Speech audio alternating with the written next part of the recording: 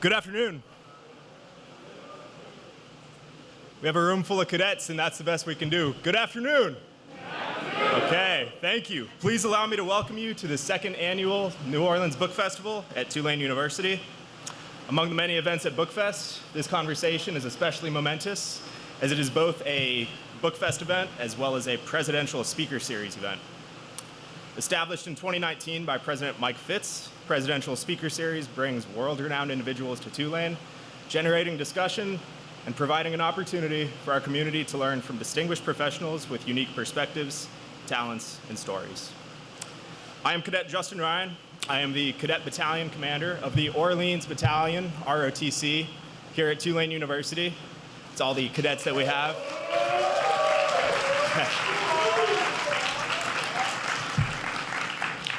We represent 9 different universities from across the New Orleans greater area, and it's my privilege to be here representing both the United States Army and Tulane University tonight. A little bit about myself. I'll be ending my time at Tulane this May when I'll be graduating with a major in Homeland Security and a minor in Political Science. Following graduation, I'll commission into the Army as an infantry officer.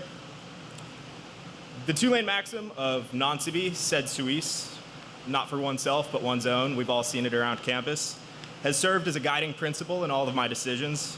I personally believe that public service is paramount to the furtherance of not only our community, but also our nation and our planet. I moved to New Orleans 3 years ago from a tiny town, Fort Collins, Colorado. Very, very different, let me tell you. And shortly after, joined Army ROTC. Since then, I've had some quite amazing opportunities, including standing in front of you all tonight, as well as become more appreciative of effective leadership in the military and how a methodology of decentralized leadership and accepting risk rather than avoiding it, spoken about by the likes of ex-Navy SEALs David Goggins and Jocko Willink, can impact the civilian sector as much as it does the military. I would now like to welcome to the stage a man who not only understands these concepts, but was instrumental in their development. A man whose commands span from the esteemed Joint Special Operations Command, the prestigious, battle-hardened 75th Ranger Regiment, and the historical 504th Infantry Regiment, but also United States Army Central, the International Security Assistance Force, and United States Forces, Afghanistan. Joining our esteemed guest and moderating the discussion is Tulane's 15th President, Mike Fitz. Thank you all for joining us in Tulane's Navy ROTC building for Bookfest 2023. Please welcome General Stanley McChrystal and President Mike Fitz.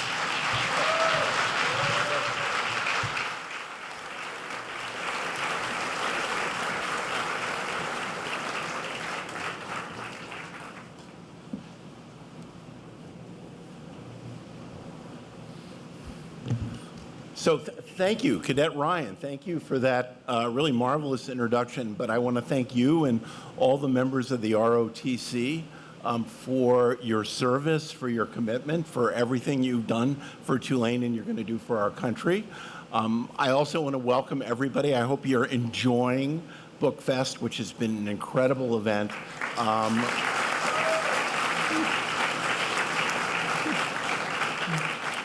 Next year we have to charge admission, it seems to me, given the a university president. What can I say? I must say this is a particular honor for me, getting to interview somebody who is one of really America's great heroes, and he epitomizes the service that we're talking about. And I could spend hours, and I'm not going to spend time introducing him. I'm just going to one quotation. Which I think encapsulates his career, which is Secretary Gates' statement, who described General as the finest warrior and leader of soldiers in combat I have ever met. That sort of defines the concept of leadership and government service. So now we are. First of all, let me start. I encourage everybody to read and buy the book on risk because it's a fascinating book. It is not a book on risk. I have to say, I think from many people think of it as got a bunch of curves and sort of analysis of probabilities and so on. This is a book about leadership and wonderful, wonderful case studies of leadership that really illustrate the point, but not sort of Monday morning quarterbacking, a discussion about literally how you approach risk. It's a risk immune system, a complicated process about how to come up and analyze situations. To make a long story short, it's really looking at the facts of each situation. We'll talk about that. I'd also like to talk a little bit about how he applies that to a lot of current events today and take questions from the audience. But I'd like to start out, General McChrystal, to talking about how you started all of this and what led you to go to the military academy. Now, what's interesting is I know you were literally born to it. You were born on a base, and your family was interested, all involved in the military. But what led you to a government military service? Let me start out by thanking you for letting me be here, President Phipps. But I've never been this close to a college president in 48 years. And the last time I was this close to, at West Point, they call him the superintendent. And I had gotten caught for my fourth big, they call them slugs there, punishments. And some friends of mine and I had gone to the museum and checked real machine guns out. And then used these, we didn't have ammunition, but we had rolled up socks for hand grenades. And we took the machine guns and we attacked the place where the seniors took their dates at night. And nobody at that place had a sense of humor. And so it wasn't Tulane. Yeah, my interview with the superintendent was less relaxed than this is. But maybe this is more of an honor. So thanks for letting me be here. I entered the Army because, like most people, I wanted to be my father. My father was a soldier, just like his father had been a soldier. But my father, if you ever saw that old movie, The Great Santini, where Robert Duvall was this really wild, braggadocious guy, my father was the other end of the spectrum. Very quiet, very humble, very self-effacing. But he was a combat infantryman, Korea, and multiple tours in Vietnam. And I just wanted to be him. And it's funny because he had gone to West Point, and so I said, okay, I want to go to West Point. And people go, oh, getting to West Point, that's impressive. Let me ground you on that.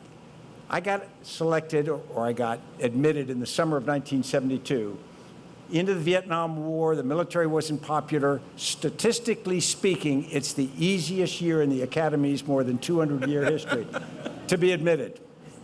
So here I am. So, and when I went to West Point, I didn't want to be a West Point cadet. I wanted to be an Army officer. So for me, West Point was a 4-year distraction on my route to going to be an Army officer. And again, West Point didn't view itself as a distraction. It viewed itself very, very intentionally and serious. And so West Point and I had a power struggle. 17-year-old Stan McChrystal, 170-year-old West Point, and you figure out who won. And that kind of set me on the course. So just to burrow down a little bit on that, and we talked about this a little bit before, if you look at who's who in America, the most represented institution are graduates of the United States Military Academy. You've spent time there. You've spent time, I know, at Harvard. You've taught at Yale. What is it about that? Yeah. First, I'm not sure. Maybe dumb luck. But most people who go to a place like West Point or decide what they want to do when they're in college are pretty intentional. You don't go to West Point to have a good time. And so you go because you want to achieve something. Now, everybody's goals are a little different and they change through their lives. But there tends to be a focus on trying to be something. And it may not be a certain rank, but it is a certain persona or a servant to the nation. So I think that does an awful lot of it. I also think, and you and I talked a little while ago, what it teaches you is self-discipline. You know, I got taught calculus for a year and a half, 6 days a week. But if you asked me to differentiate equation right now, I couldn't do it to save my life. But the reality was, in my entire career, there was never a moment when if I could only do that, everything would be okay. But there is a requirement to know what you're about and to be disciplined enough to go at it. I still fold my underwear in my dresser drawer. That's pathetic, isn't it? I'm sharing, I'm letting you guys, I'm being vulnerable, letting you into my life. But I do it because somebody taught me that's a good thing to do. And so I think that when we can learn some measure of self-discipline, however it manifests us in us, I think it helps you get to where you want to go. Well, you quote in your book many people think of as the most famous commencement address by Admiral McCraven, which went in depth of the importance of knowing how to make your bed. So it's that same idea, putting the underwear and folding them. Same idea of just being disciplined. So look, you wrote this incredible book. It's about risk, but it's really about leadership, how you make decisions. And I must say, I have this sort of view of leaders as swashbuckling masters of the universe who make decisions and everybody follows them. And that's my image, or at least my image was, of the military. Your book is very different, very different. You, in fact, say the greatest leaders are the people who are paying attention to what's going on. They're looking at the facts, so they overcome their biases, their heuristics, and really making good decisions. I'm reminded of the famous line by Mike Tyson, that everybody has a plan until they're hit in the face. So, obviously, I assume, being at war changes this. So I'd like to, in a sense, ask you how you learned about this. I mean, obviously, it was part of learning over time about the importance of being a leader and how to do it effectively. How did you come up with the risk immune system? Well, it's interesting, and people ask me why we decided to write about risk. Was it because I knew so much about it? And the answer was because I realized I didn't know much about it. I'd spent a whole life being taught risk. The military had matrices and processes to deal with risk. And truth is, we suck at it. And so does everybody else. Think about it. We routinely get it wrong, and then we have to fix it as we go. Because we don't predict what the next war is going to be like. We don't predict what the next enemy is going to be like. We don't predict what technology is going to arise. We don't predict any number of factors. And what I learned is you can't, and we'll never be able to do that. What you can predict is there will be a crisis. There will be a problem. There will be threats that come your way. And so if you start with the idea that you're never going to know what pitch the pitcher's throwing next, and you just don't have enough time to not be prepared, that really it all comes down to how do you make yourself most prepared for the unexpected? How do you make the organization you're a part of, and the popular word now is resilient, but it's strong, it gets a boxer stance, it's the ability to do things that don't throw you off your game when they're different from you expect. And so I would say that my experience was a case of every time I thought I had the right answer going into a problem, it turned out to be wrong. But being able to figure out what was happening and adjust in the moment was the most valuable. Could you give examples of how this, in a sense, taught you over time how to lead? Sure. The military has something called Doctrine, and that doctrine is a set of ideas that say how a military force should operate. And it can get pretty specific. It almost can be prescriptive at times, how an organization at even fairly low level should maneuver and deal with things. And in the early 1980s, the U.S. Army created something called the National Training Center. And the National Training Center out of Fort Irwin, California, was the most amazingly leap forward in training in our Army's history because it allowed lasers to be put on weapons and on armored vehicles so you could maneuver against a live foe, and without actually hurting anybody, you could figure out who was being effective and who wasn't. And so we were able to put brigade-size units out and fight war games. And they were very realistic and they were very difficult. And the enemy, they created an enemy force called the opposing force that used Soviet-like tactics, and they even had modified vehicles to look like Soviet vehicles. They were very good because they did it all the time. And rotational units would go out for 2 weeks and fight this opposing force and routinely get defeated. In fact, in the first years, get humiliated by the opposing force. And what happened was the rotational units got better, but they also started following doctrine. And you say, well, that's a good thing. But they started following doctrine, and they would get into the after-action review, which was the evaluation session after the battle, and they would lose the battle, but the evaluators would say, well, you lost the battle because the opposing force is really good, but you followed doctrine, so, okay, good job.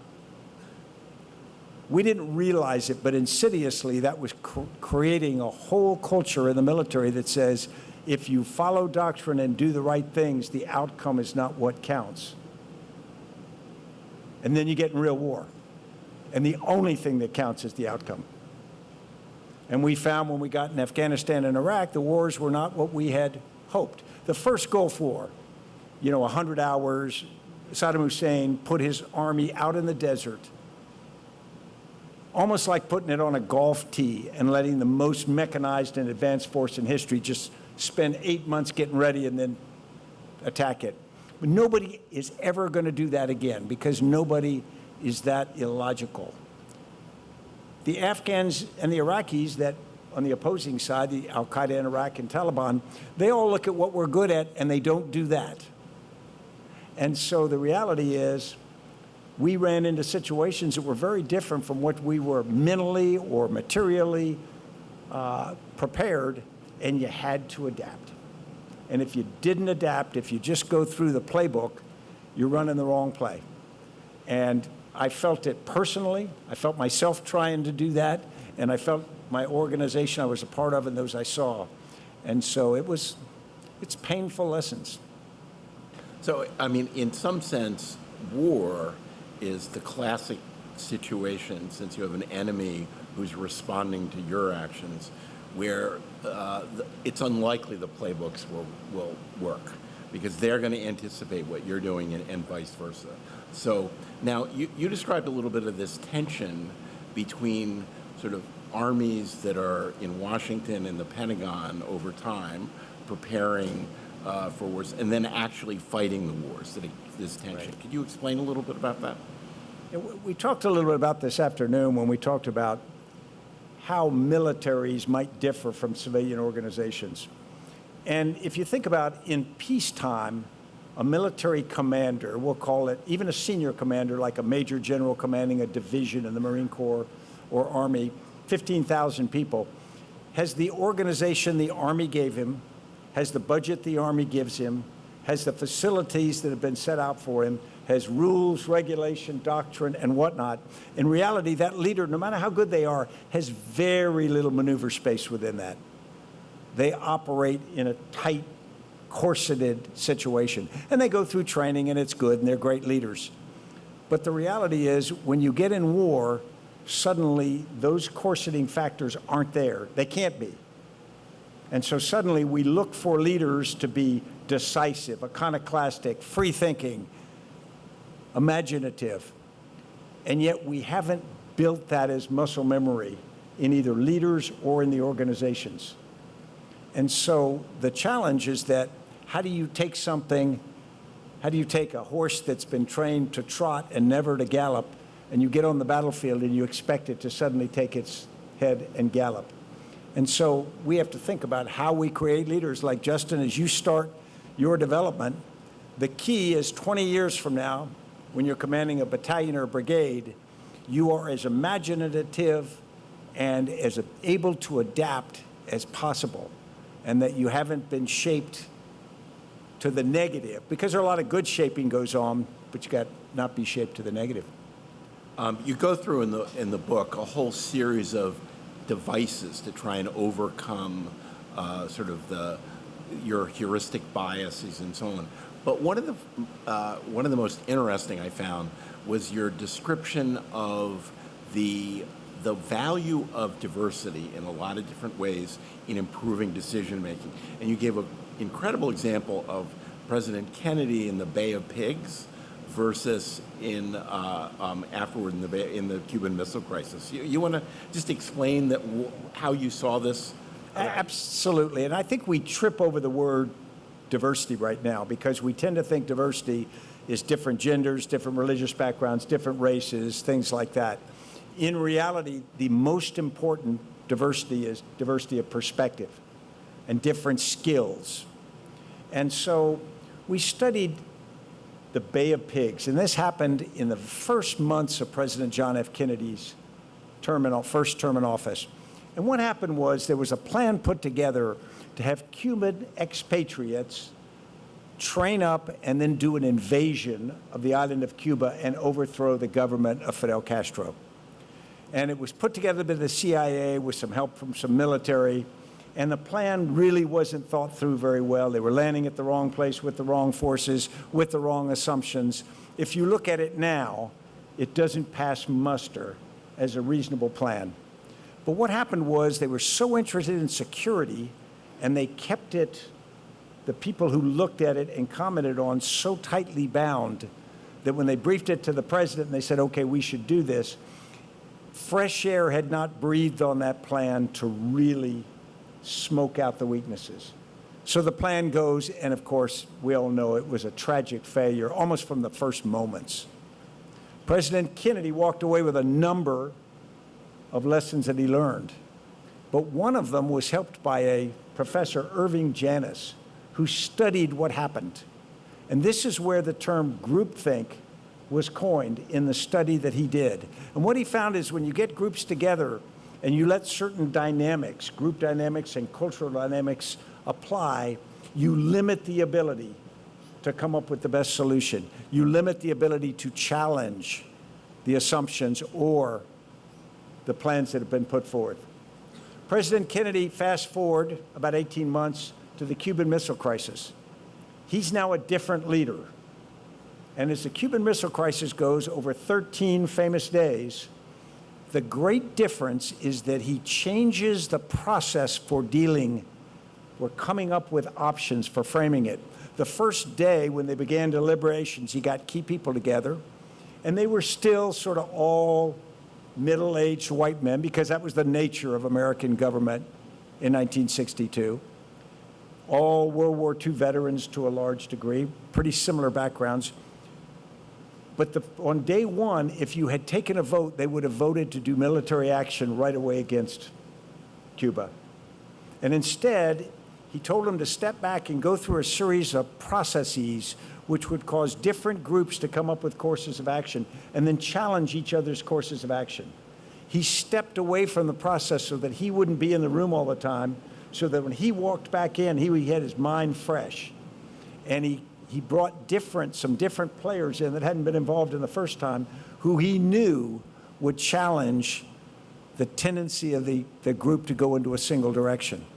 And so as a consequence, President Kennedy, in my view, didn't go in a room and personally come up with the right answer and suddenly have tremendous success. He led a process which got him courses of action that were viable, that were much more acceptable, lower risk, and will work better. And then he just accepted and executed the best one. And I think that's pretty impressive leadership. I mean, it's one of 100 examples in your book of leaders who paid attention to the facts on the ground and sought advice rather than sort of coming to the problem with a pre-existing attitude. So there are a million sort of cases I'd love for you to comment on. You talk a lot about COVID in the book, and you wrote it at the sort of, not now, but it's sort of partway through COVID, when a lot of decisions were being made. We've got 40 natural experiments in 50 different states. I wondered if you have a feeling about how successful we were and maybe what we should have done differently. Yeah. And thanks for pointing that out, because we do know a lot more now than when we wrote it. We started this book before COVID started. And it started, the young lady, Anna Batrico, and I, who wrote the book, literally watched when COVID suddenly emerged in late December of 2019. And then it became almost a guiding light for where we were trying to go, because early in our process, we didn't know what the book was, what the thesis of the book would be. We didn't know what we thought about risk, except that we're not good at it. And we came away with the conclusion fairly early that the greatest risk to us is actually us. When I look back at COVID, and we may not all agree in this room, I'm sure we don't, COVID was not 10 feet tall. It's not an unbeatable virus. It's also, when we talk about a novel coronavirus, it's only novel in the shape of the coronavirus. Coronaviruses come all the time, and they rise to the level of pandemic often enough that we have a history with that. So we know that pandemics will come, they are inevitable. We know generally what to do about them. We have a history with that. We know what has worked in the past and was not. If you study the Spanish flu in 1918 and 1919, it's amazing what they learned in the different test cases on what they could do. And then in this particular case, we also got a miracle. We got a freebie. We got a vaccine created at blinding speed and then even put in production at extraordinary speed. So if you line all those things up, 12 months after COVID first came, we should have been high-fiving and said, we nailed it, look at us. That's really not what happened. Instead, I would argue the things we got wrong were not the science, not the medical part. People did their part, they figured out the vaccines, they figured out treatments, they worked through that, and that went pretty well. We got wrong basics. Our communication was flawed. We didn't communicate clearly across the nation and across our society so that everyone had a clear access to the information. We didn't have a single narrative. Now, there would be differing opinions, but I would argue that the formulation of a narrative that people can understand and follow is very important. In this particular case, I think at the national level, had we used a narrative that said America, and really the world, is at war against this inanimate enemy, something nobody can like, so there's no sympathy for the enemy here, but we've got to marshal our resources. We've got to do those kinds of things that will protect ourselves and each other in this warlike situation. And we didn't do that very well. We let differing narratives, we let partisan politics, we let a certain amount of ignorance in. We needed leadership. We needed leadership, and I'm not just talking at the national level. We needed leadership at every level to be able to make tough decisions. The hard part about a pandemic is you have to make decisions before it's obvious they're needed, because the nature of exponential growth in a pandemic is once you lose it, you're trailing it. It's really almost impossible to limit significantly. So political leaders have got to make decisions early enough. It's like canceling flights when it's not even snowing or raining yet. And everybody goes, how could you do that? Look, the weather's great. Yeah, but it's not going to be. And so it takes political courage to make decisions like that early enough so that their impact can be affected when it goes. And then sometimes it's just the ability to overcome inertia and act, the ability to make decisions, the ability, you know you should do something, but it's expensive, or it's hard, or it's uncomfortable, or it's likely to be unpopular. And I think a society has to be led to do that. We have to lead each other, not just at the national level. And I think the United States and most places in the world stumbled badly at the basics. Now, we're going to argue for years whether or not vaccines were safe, whether masks were needed. But I would never really entertain someone who would say that we communicated well, we had a clear narrative, we had consistent, calm leadership. I think we just didn't do as well as we ought to have done. So you were, clearly a major figure in our Afghanistan policy, the architect of the surge, and which I think was both controversial and, in retrospect, turned out to be extremely successful. But you were not there when we withdrew from Afghanistan. Obviously, something that had been thought through with lots of I'm sure, modeling out how things would happen. Do you have a view about, in a sense, what happened and why it happened? I do. The first thing I'd say to everyone in this room, discount what you hear me say. I am completely biased on this issue. And I can't pretend that I'm not, because I spent so much of my life dealing with Afghanistan. I grew to love the Afghan people and care very deeply about that mission. So take that into account. People are going to say that Afghanistan was an impossible mission. We went there in 2001 to get al-Qaeda out. There was no intent to rebuild Afghanistan and to create a nation. But in going after al-Qaeda, we toppled the Taliban-run government, and Afghanistan was in a shambles. They'd already been at war for 20 years. And so we, the United States being the primary nation, but other nations in the West, I think we had a moral obligation to help them try to get back on their feet again. So we did. But we didn't do it very well, particularly for the first years, partly distracted by Iraq, partly because we weren't quite sure what it is we wanted to do. The efforts to build up their army, their government, their police, and whatnot were pretty thinly done. We talk back now about all the money that was spent and the effort that was spent. I will tell you, in the first 8 years, if you went out there, you'd have been sort of surprised by how little was actually done. And so I ended up taking over as the commander of ISAF in the summer of 2009, and the situation was deteriorating rapidly. The Taliban were ascendant, but the biggest crisis was in confidence. The Afghan people had lost confidence in us and in themselves. Americans had lost confidence in the ability to prosecute this because it had gone so long. Our Western allies shared that. The Taliban were becoming more confident because they could smell this lack of resolve. So my intent during the year I commanded was to try to turn the mental state around, to convince people. And I didn't accomplish that. I accomplished part of that, but I didn't accomplish what I expected, and much of that is my fault.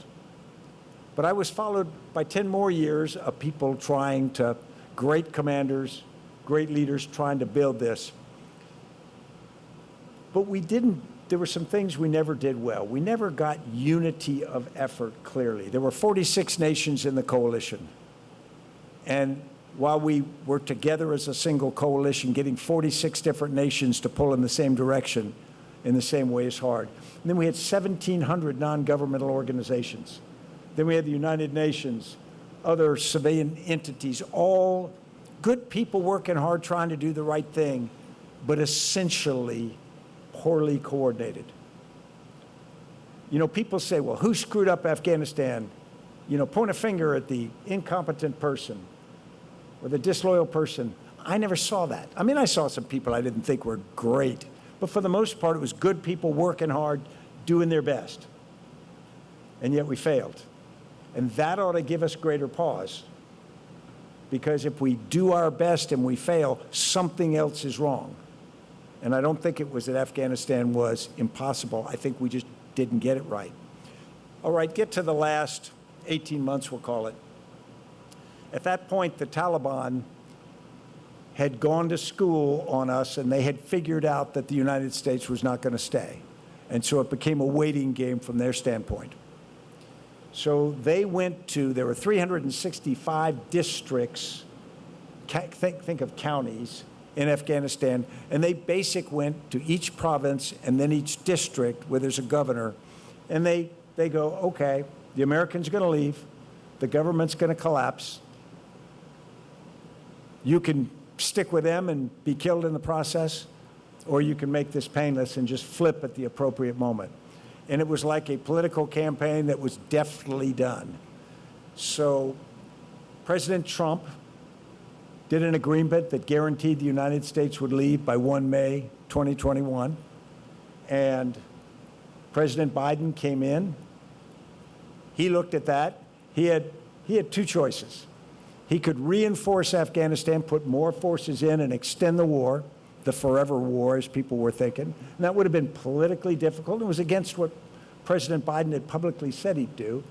Or he could continue with the American withdrawal, which he delayed slightly to the summer, but he did it.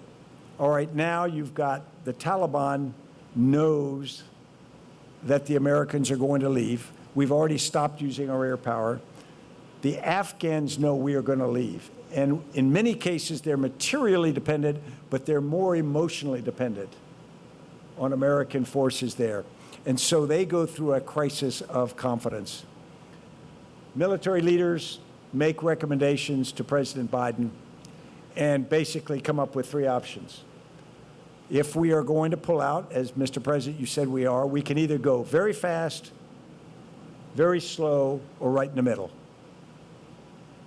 If you go very slow, you can carefully moderate things as it happens, but the time that you are vulnerable to potential enemy action is extended. And what we knew as American capability went down, it wasn't the Taliban that was going to attack. It was going to be al-Qaeda. The Taliban had no reason to attack the Americans. They didn't want to make us change our mind. Al-Qaeda wanted to hit us on the way out. So you knew you were going to have a longer period. So now you look at, okay, what about the shortest? If we go really fast, well, you limit the amount of time that you are vulnerable, and the idea is you basically get out before they can respond. The downside of that, of course, is it sort of pulls the rug out from under many Afghans who feel suddenly abandoned. And the one in the middle has got the negatives of both. And so people ask me, was the way they did it, the United States did it wrong? And I'm hard put to be really critical, because I don't have an elegant answer. If the requirements are we are going to come out, and the situation is what it was in the spring of 2021, I don't have a clever plan that would have done it without a significant level of risk. Now, I think some things we did about taking care of our Afghan allies and helping people immigrate to the United States was unfortunate in execution, but I don't think it was evil or irresponsible in intent. I think those things are messy and difficult.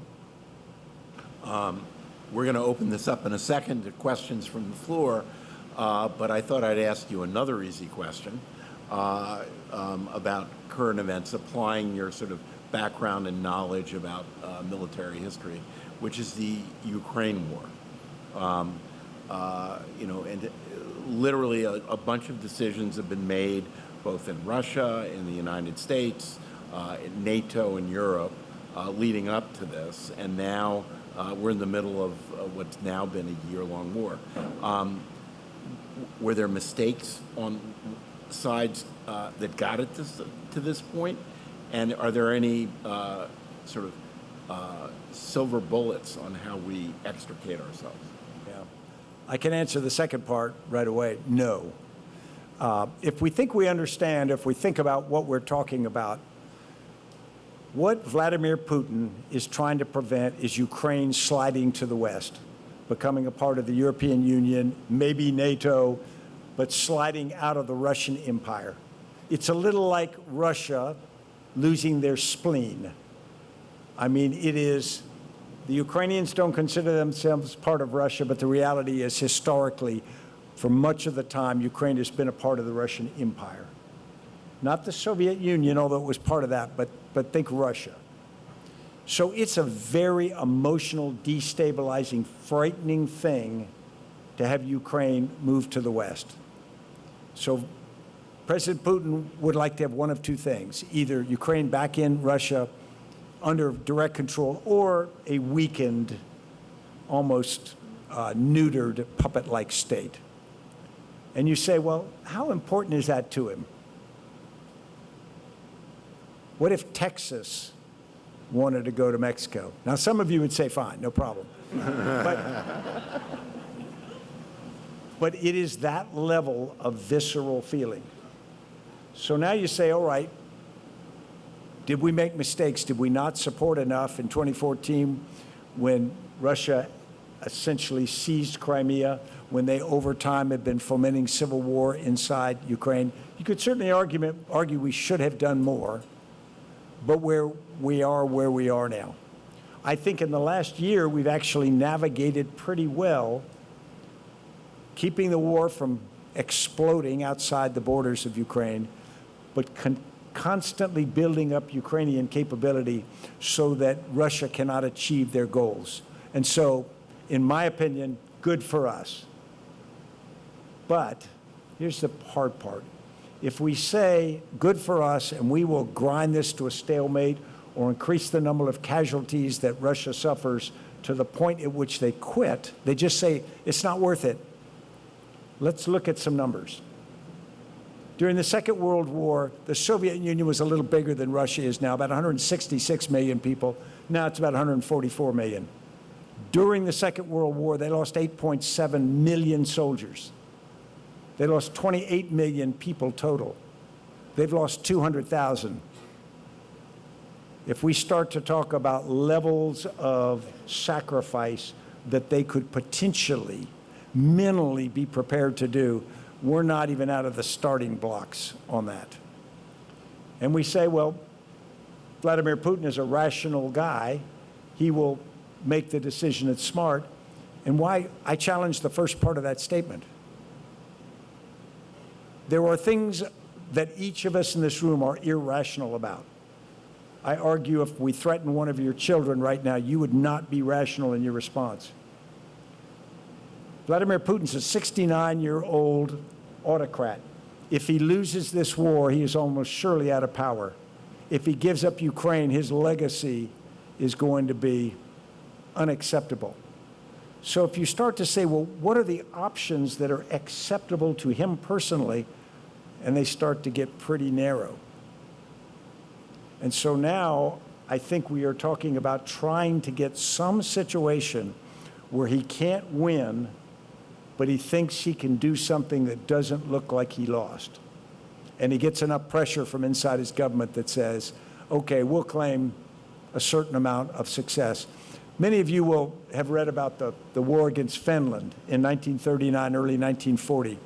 The Soviets went in and they got trounced by the Finns over about a 3-month period.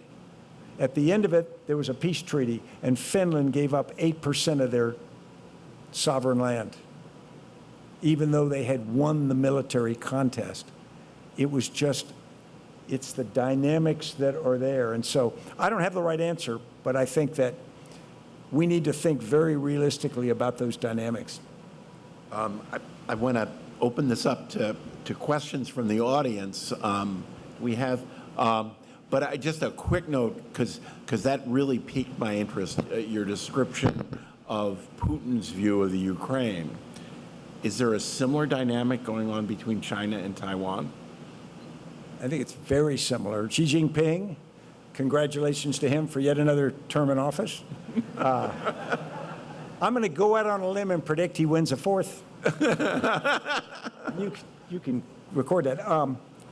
Yeah, because he has said that in his reign, they are going to bring Taiwan formally back into the fold. He's put a marker down and said that. Now, what does that look like? I think he's certainly under self-imposed pressure, and if you read Chinese military literature, it's pretty nationalistic. And so there's a significant amount of pressure for them to do this. I think that the thing that's holding them back now is they're watching Ukraine and the degree to which the United States leading, but the West, can prove that it would be too expensive. I think that's what's dissuading them at this moment. Yes. So, question. Yes, sir. Can you stand? Do we have? We have mics. I think we have mics. First of all, General, thank you very much for your service to America. Really appreciate it. I think we all, yes. Two quick questions. I once read an interview with you, and like you only eat one meal a day, and I wonder if you could talk about your own personal, physical maintenance. Do you still do that? And could you also talk a little about what you're doing today? Yeah, well, thanks for asking. My wife's up here, she laughs at me. I do eat one meal a day. And people say it's this Zen, super disciplined thing. No, when I was young, I thought I was getting fat, and I don't have the discipline to eat small meals. So I eat one meal a day, dinner, and it starts 6 o'clock and it ends when I fall asleep. When I'm shoving the last donut in my mouth. And so it's just that. But it works for me, and I'm 68, and if I change suddenly, that could kill me. I work out every day, and I work out because I like it. But I've got a lot of bad habits. I try to hold on to some of those good because I just think, like Bill McCraven says it so well, make your bed. If there are certain things you just do every day that make you better, it doesn't make up for all the bad things I do, but it helps an awful lot. Now, what have I done since I left the service? I left the service under a cloud. Some of you will know an article came out in Rolling Stone magazine. My career ended in a moment, in an instant, and it was destabilizing, disorienting to me. And I kind of had to find out who I was. And two things happened. The first is my wife, Annie, who's the strongest person I ever know, and she only drives forward. As I said, she lives life like she drives with no use for the rearview mirror. And so she said, we're not going to live that, we're going to live this. And I have run into this group of friends, some of whom are here tonight, that gave me, I taught for 12 years at Yale. I could never have gotten in Yale, but I graded their papers for 12 years. How great is that? I started a business. I got 102 people. And, every day one of them is doing something like Private Schmedlap, but the reality is it's a great source of energy, of focus. And then I get to meet people and interact with people like you, so I've just been extraordinarily blessed for this phase of my life. And the last part is I live next door to my only son. We only have one child, and my daughter-in-law, who's the head of HR in my company, and my 3 granddaughters. So every day, Emmy, Lou, Elsie, and Daisy are at my house. How good is that,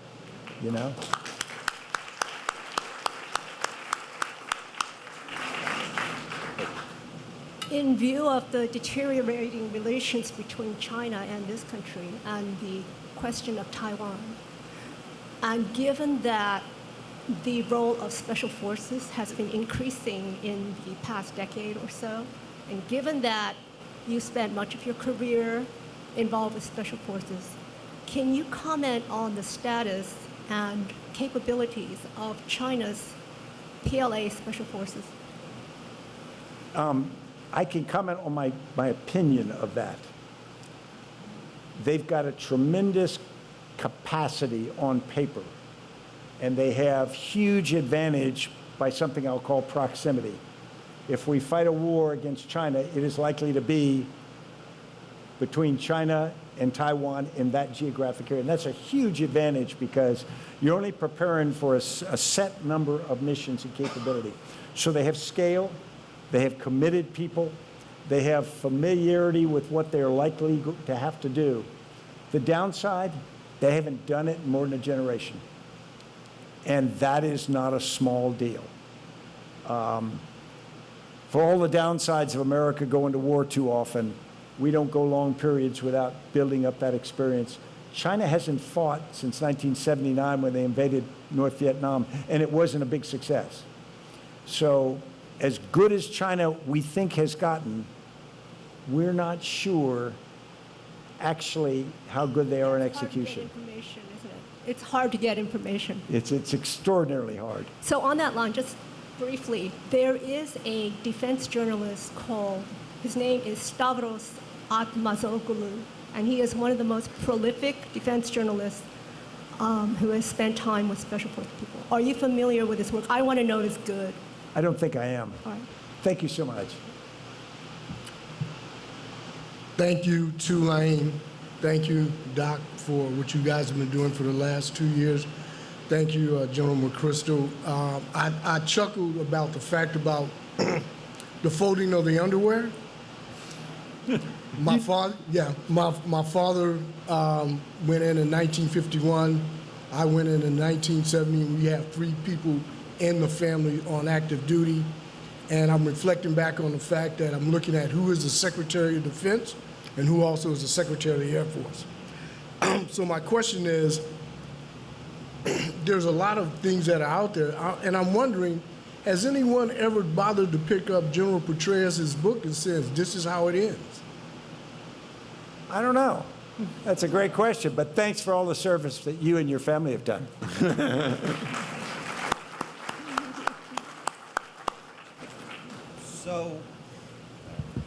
So we talked a lot about major leaders, but considering how many students there are here, I would love to hear your opinions and maybe recommendations of leadership through followership. Yeah. That is an incredibly important question. People ask me, well, what kind of follower should I be? Start by being the follower you would like to have if you were the leader. You know, don't be the person in the back room or the back of the room that's passive aggressive and doubting. You know, you can be radically candid with your senior leaders. But if you do it in a respectful, helpful way, if you convince your leaders, I am trying to work for our success. I'm not trying to work for your failure. It's amazing how senior leaders will respond to that. The second thing is get really good at what you do. You know, it's funny. The people who know most about how an organization should operate are typically the people who've been there the least. Because they come in and they go, you know, you guys got it all screwed up. And then after you've been there a while, you go, whoa, wait a minute, this is actually harder than it seems. So it's good to go into things with a little bit of humility. Things normally work a certain way for a reason. Give yourself long enough to learn that, to appreciate that. It's like going into a foreign culture. You go to a foreign culture and they worship a different religion. They act a different way. They interact ways that we just find nonsensical. And then you're there for a while and you find, hey, wait a minute, there's a reason for that, and it works in that culture. So what I'd say as a follower, take a little time to learn the culture of where you're operating. Respect it a bit before you try to tear it down. That doesn't mean you shouldn't over time change it, but it does mean make sure you know what you're changing before you rip it down. Thanks so much. Let me just, in an earlier conversation, you pointed out some of the skills you learn at West Point and in the military, and you said it's both knowing how to lead and knowing how to follow, which are deeply connected with one another. General McChrystal, thank you for your service, sir. Hopefully, or I hope one day I can be as beneficial to the country as you were. Have you happened to see a movie called War Machine with Brad Pitt in it? You're not going to believe this. I have not. You have not. And the reason I haven't seen it is because they called me and they said, okay, we're making a movie about this book and Brad Pitt's going to play you. And then they never talked to me while they made it. Brad Pitt never came to see what I was like in person. And then they called me right before the movie came out and they said, you want to see it? And I said, do I? And they go, well, it makes a statement. I said, well, I don't. So now I'm just being stubborn. That's fair enough. Thank you, sir. It's a pleasure. Thank you. How you doing, sir? Nice to meet you. I just had a question. I'm an intelligence specialist for the Navy Reserve. I actually supported JSOC a couple years ago. I'm trying to practice my craft every day. They actually recently came out with a reading list for information warfare 2022. Actually, your book was on there.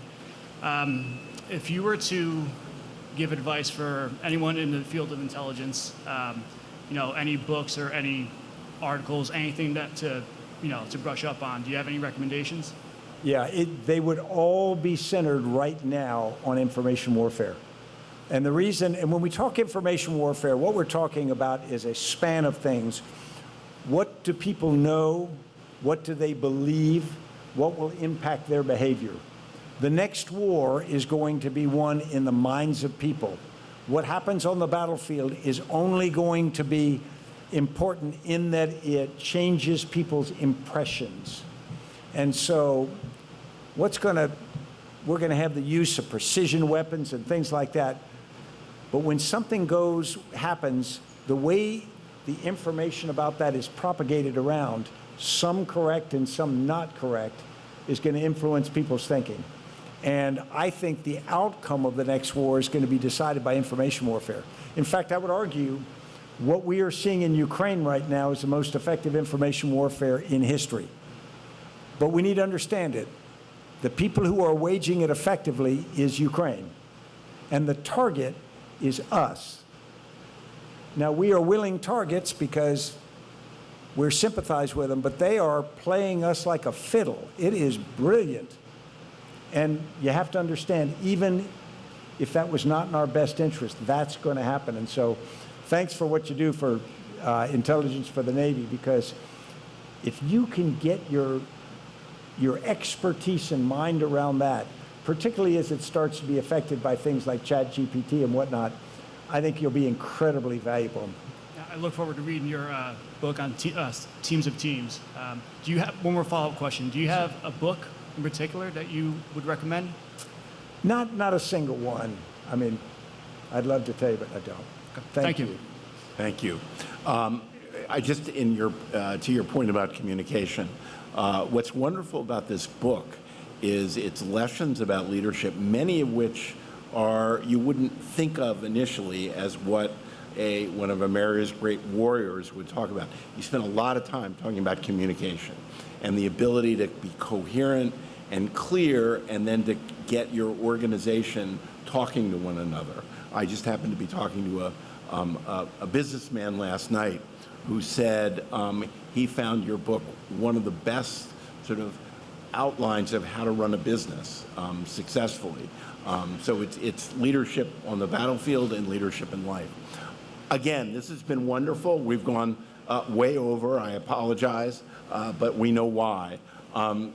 This has been a privilege for, I think, me and I think everyone in the audience, not just for your insights and your thoughtfulness and your leadership, but you really are one of America's great leaders, and we all are in your debt for what you did for us and what you continue to do in speaking out. So I want to, let's all give General McChrystal a round of applause. Thank you.